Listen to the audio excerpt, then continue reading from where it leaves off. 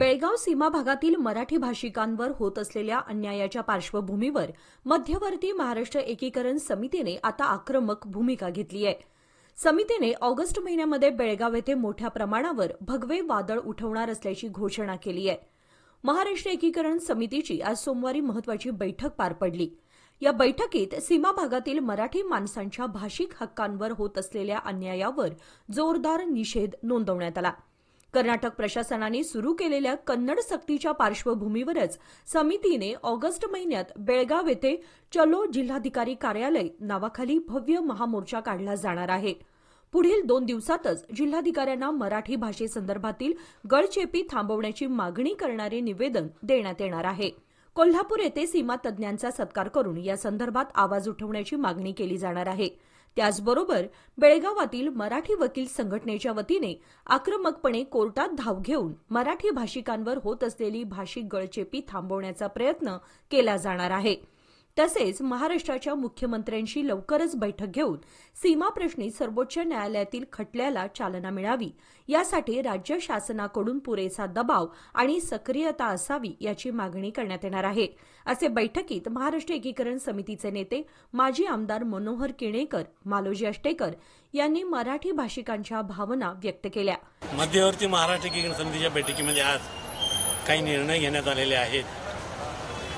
गेले महिना 2 महिन्यामध्ये बेळगावमध्ये कन्नड सक्तीचं जे वातावरण प्रशासन निर्माण करत आहे, महानगरपालिकेमध्ये सर्व इंग्लिश आणखी मराठी बोर्ड काढून फक्त कन्नडी बोर्ड तिथं लावण्यात आलेले आहेत। त्या अनुषंगानं DCना निवेदन देऊन आम्ही कर्नाटकामध्ये मायनॉरिटीमध्ये असलो तरी बेळगाव जिल्ह्यामध्ये 15% जास्त आहोत आणि त्यामुळं तुम्हाला कन्नडीबरोबर मराठीही इथं द्यायला पाहिजे याची जाणीव करून देण्यासाठी 20 तारखेनंतर शिष्टमंडळ DCला भेटून निवेदन देणार आहे।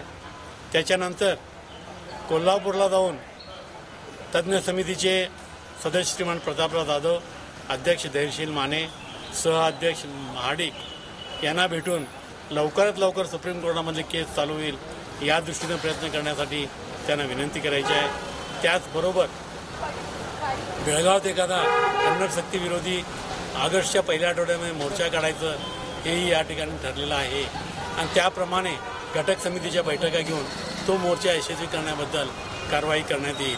तसेच सुप्रीम कोर्टामध्ये जी केस चालू आहे त्या केसच्या अनुषंगानं लवकरात लवकर महाराष्ट्राच्या मुख्यमंत्र्यांची भेट घेऊन त्यांना वकिलांच्याबरोबर चर्चा करून लवकर केस निकालात लावून घेण्यासाठी विनंती करायचं, अशा प्रकारे एकंदरीत 3-4 निर्णय या आजच्या बैठकीत घेण्यात आलेले आहेत आणि ते निर्णय अंमलबजावणी होण्यासाठी आम्ही प्रयत्नशील राहणार आहोत। आजच्या बैठकीसंदर्भात काय निर्णय झाले? कर्नाटक सरकारच्या या सीमा भागातील मराठी नागरिकांवर सर्व स्तरावर जी कन्नड सक्ती चालू झालेली आहे या संदर्भात आजच्या मध्यवर्ती महाराष्ट्र एकीकरण समितीच्या बैठकीत सभासदांनी आपापले विचार व्यक्त केले।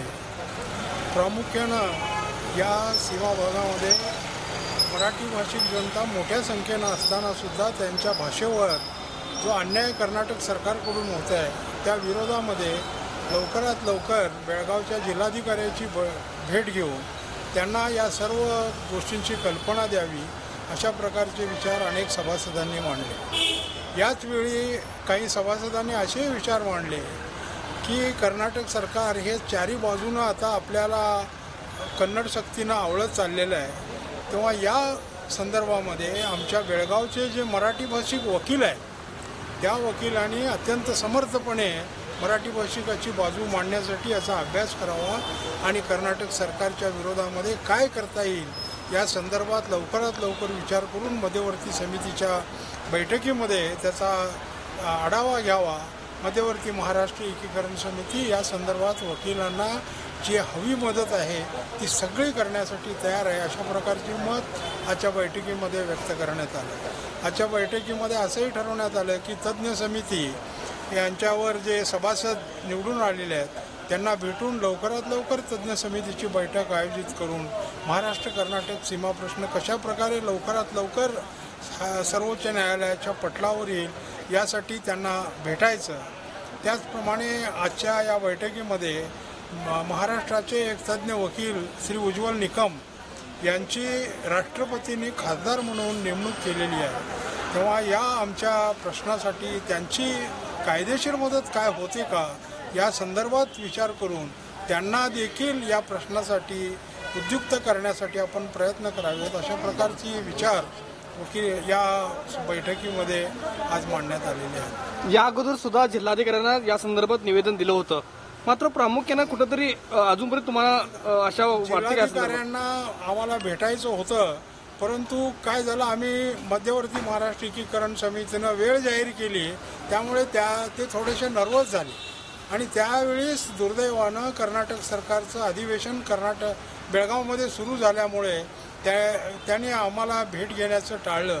आत्ता मात्र ठरवून भेट घेऊन त्यांच्याबरोबर याविषयीची नक्की आम्ही चर्चा करू असा आम्हाला विश्वास आहे. तज्ज्ञ समितीची भेट कधी घेणार आहे तुम्ही?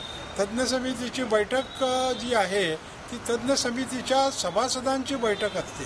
तिथं आम्ही जाऊन आमचे जे प्रतिनिधी नेमलेले आहेत ते प्रतिनिधी काय बाजू त्यांनी मांडावी हे आम्ही त्यांना सांगेन आणि आमचे प्रतिनिधी निश्चितपणे त्या तज्ज्ञ समितीच्या बैठकीत आपले विचार मांडून समन्वयक मंत्र्याशी संपर्क साधून मुख्यमंत्र्याशी संपर्क साधून या प्रश्नाला लवकरात लवकर चालना देतील यासाठी आम्ही प्रयत्नशील आहोत. मोर्चा कधी निघणार आहे आणि कुठं निघणार आहे? त्याच्या संदर्भामध्ये आमच्या मध्यवर्तीनं आम्हाला आदेश दिलेला आहे की स्थानिक समित्यांची बैठक घेऊन कार्यकर्त्यांना याची माहिती द्यावी आणि लवकरात लवकर हा मोर्चा आयोजित करावा या दृष्टिकोनातून प्रयत्न करण्याचं ठरलेलं आहे. कारण मोर्चा म्हटल्यानंतर लोक तयार करणं हेही महत्त्वाचं आहे. उज्ज्वल निकम राष्ट्रपती नियुक्त झाले की या संदर्भात तुमचं त्यांच्याशी? उज्ज्वल निकम ज्यावेळी येळ्ळूर गावामध्ये आले होते त्यावेळी येळ्ळूरच्या साहित्य संमेलनात भाषण करताना त्यांनी सांगितलेलं होतं की बेळगाव कर्नाटक सीमा प्रश्न जो आहे त्या प्रश्नामध्ये मला जे काय करता येईल ते मी करेन.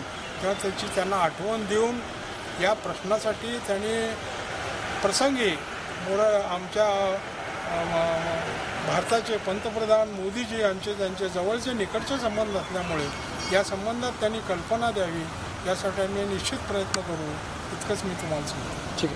यावेळी रणजित चव्हाण पाटील, आर्यम चौगुले यांच्यासह इतर कार्यकर्ते उपस्थित होते.